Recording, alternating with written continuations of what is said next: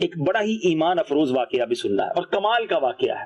اگر کوئی میرا ایسا بھائی ہے جو کاروبار میں کولیپس ہو گئے ہیں، کاروبار تباہ ہو گیا ہے، معاشی طور پہ پریشان ہیں، قرضوں میں ڈوب گئے ہیں اور قرض لینے والے پریشان کر رہے ہیں، یہ واقعہ ضرور سنیے گا. بغداد میں ایک بڑا مالدار شخص رہتا تھا، اس کا بہت بڑا بزنس تھا، خشکی اور سمندر کے راستے جو ہے وہ تجارت کرتا تھا، اس کے باقاعدہ سامان سمندر کے ذریعے آتا تھا، خشکی کے راستے سے بھی آتا تھا. لیکن اچانک اس کے کاروبار میں ایک ایسا بھونچال آیا، ایک ایسا جس کو آپ کہیں پیچ و خم آیا کہ سب آہستہ آہستہ تباہ ہو گیا. اب بری طریقے سے مجبور ہو گیا، بوجھ تلے، قرض کے بوجھ تلے دب گیا. اب صرف 500 روپے ایک بندے کا قرض تھا، لیکن اس کے پاس 500 روپے بھی دینے کے لیے نہیں تھے. تو اب قرض لینے والے نے بڑا اس کو پریشرائز کیا کہ میرے پیسے دو. اس نے میرے پاس پیسے نہیں. اس زمانے میں خیر 500 کی رقم بھی ایک زیادہ رقم کہلاتی تھی. تو اس نے جا کر قاضی کے پاس عدالت میں کیس کر دیا.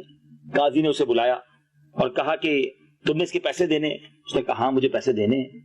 تو دے دیجیے. تو پھر دیتے کیوں نہیں ہو؟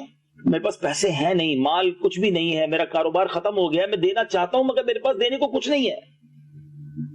قاضی نے کہا کہ کوئی معتبر ضامن دو، کوئی گارنٹی دینے والا دو ورنہ تو میں قید میں ڈال دوں گا.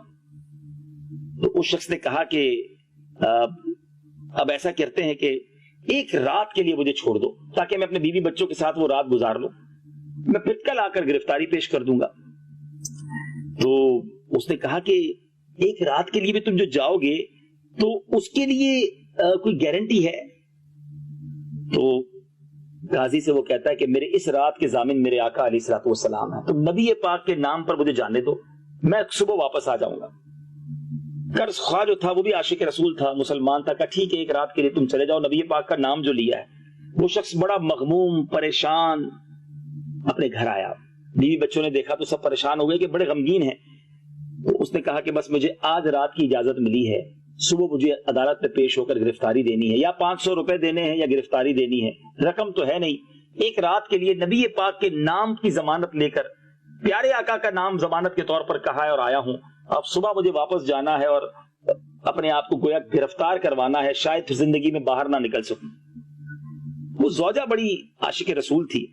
اس نے کہا کہ گھبراؤ نہیں، جب نبی پاک علیہ الصلوۃ والسلام کا تم نے نام لیا ہے نا، انہیں ضامن بنایا ہے، تو اب فکر نہ کرو، آقا ہی کرم فرمائیں گے.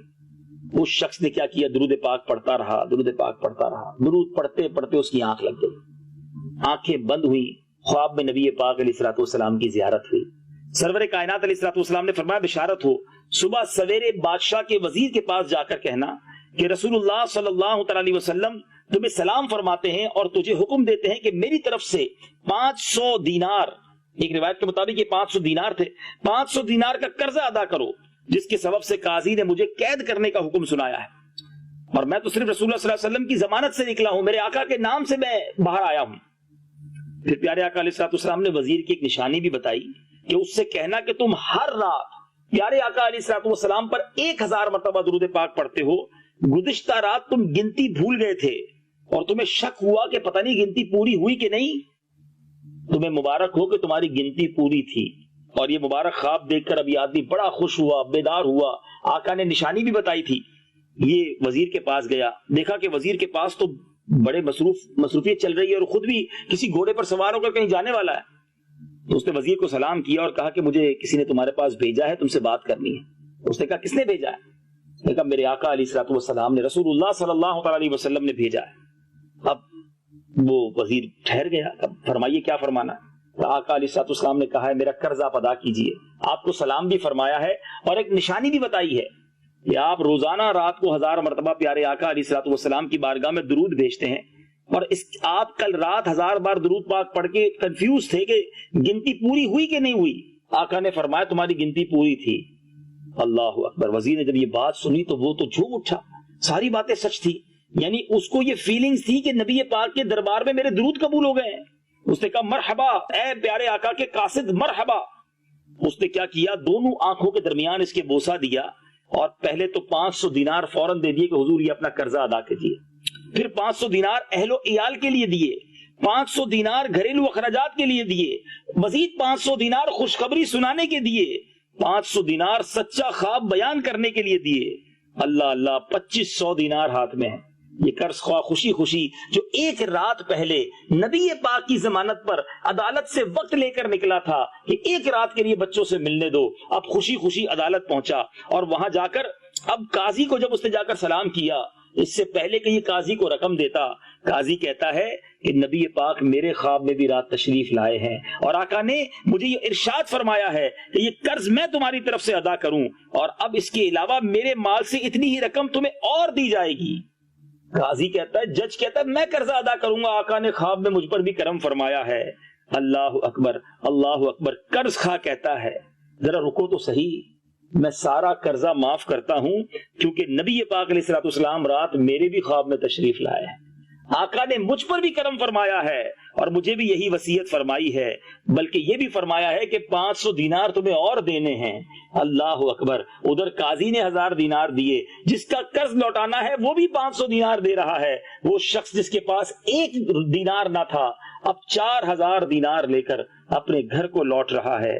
اللہ اکبر۔ یہ درود و سلام کی برکت ہے، اس طرح بگڑی بناتے ہیں میرے آقا علیہ الصلوۃ والسلام، اس طرح کرم کے دریا بہاتے ہیں۔ اے میرے بیٹے اسلامی بھائیوں، شاید اب اعلیٰ حضرت امام اہل سنت کا وہ شعر اور اچھی طریقے سے سمجھ آئے گا کہ میرے کریم سے گر قطرہ کسی نے مانگا، میرے کریم سے گر قطرہ کسی نے مانگا، دریا بہا دیے ہیں در بے بہا دیے، مانگنے والا ہونا چاہیے۔ جھولی ہماری تنگ ہے، تیرے یہاں کمی نہیں، ہماری جھولیاں تنگ ہیں، ہمیں مانگنا ہی نہیں آتا۔ اتنا دیا سرکار نے مجھ کو، اتنی میری اوقات نہیں، یہ تو کرم ہے ان کا، ورنہ مجھ میں تو ایسی بات نہیں۔ اگر آپ پریشان ہیں، قرضے میں ڈوبے ہوئے ہیں، یہ کرم آج بھی ہو سکتا ہے، ایسا نہیں کہ یہ کرم ہو چکے اور اب دروازہ بند ہو گیا، نہیں، ان کا فیضان، ان کا کرم آج بھی جاری ہے، لیکن بس وہ دل چاہیے، وہ کیفیت چاہیے، وہ کنیکٹیوٹی چاہیے، وہ درود پاک پڑھنا چاہیے۔ آج بھی اپنے آقا کو تڑپ کر پکاریے، وہ ضرور کرم فرمائیں گے۔ فریاد امتی جو کرے حال زار میں، ممکن نہیں کہ خیر بشر کو خبر نہ ہو، واللہ وہ سن لیں گے، فریاد کو پہنچیں گے، اتنا بھی تو ہو کوئی جو آہ کرے دل سے۔ بہرحال مدنی چینل کے ناظرین، درود پاک پڑھتے رہیے، انشاءاللہ مشکلیں ضرور ٹلیں گی، کیونکہ ہر درد کی دوا ہے۔ صلی علی محمد صلی اللہ علیہ وسلم۔ مدنی چینل دیکھتے رہیے، اگلے سلسلے میں کچھ اور احادیث، کچھ اور واقعات لے کر حاضر ہوں گے، آپ کے دل کے تاروں کو پھر چھیڑیں گے تاکہ مزید عشق رسول کی شمع روشن ہو اور درود پاک پڑھنے کا شوق پیدا ہو۔ صلو علی الحبیب صلی اللہ تعالی علی محمد صلی اللہ علیہ وسلم۔